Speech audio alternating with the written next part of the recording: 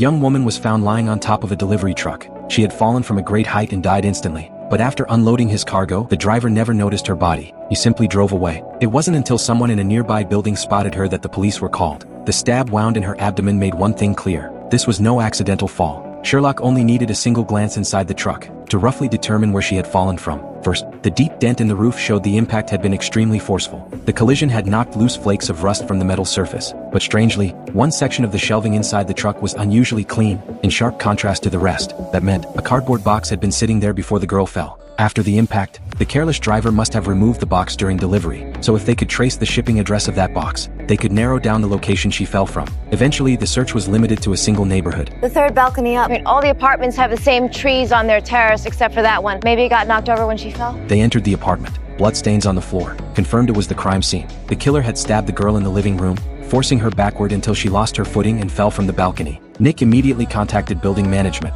He learned the unit belonged to a businessman named Gale. Sherlock suspected the relationship between Gale and the girl was anything but ordinary. The three of them went to his company to investigate. His attorney claimed the boss was unavailable, but Sherlock's online search revealed Gale had not appeared at the office for at least 6 weeks. Meanwhile, his private jet had remained parked at the local airport. Sherlock suspected Gale had not left the country at all, but was hiding at a nearby hotel. As it happened, an entire hotel floor had been rented out by an anonymous guest over a month earlier. The timing matched Gale's disappearance perfectly. When they arrived at that floor, security stopped them. Moments later, a guard received instructions. So your name was Holmes? I did.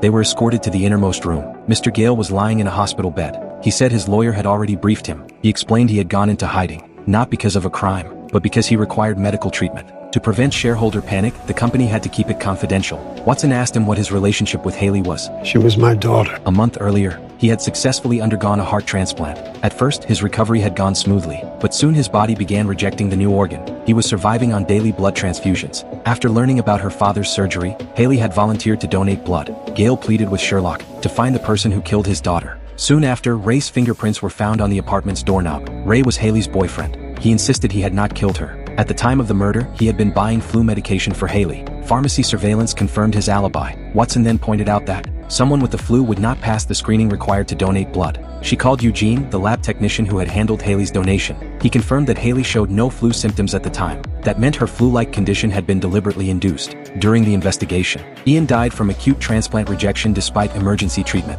Watson immediately realized Haley's murder had been committed to silence her. Ian had been the real target all along. In the end, the lab technician confessed. Ian's wife, Natalie, had learned that if Ian died from natural causes, she would only receive a fixed divorce settlement. But if he died from transplant rejection, she would inherit his entire fortune. So she orchestrated a double murder.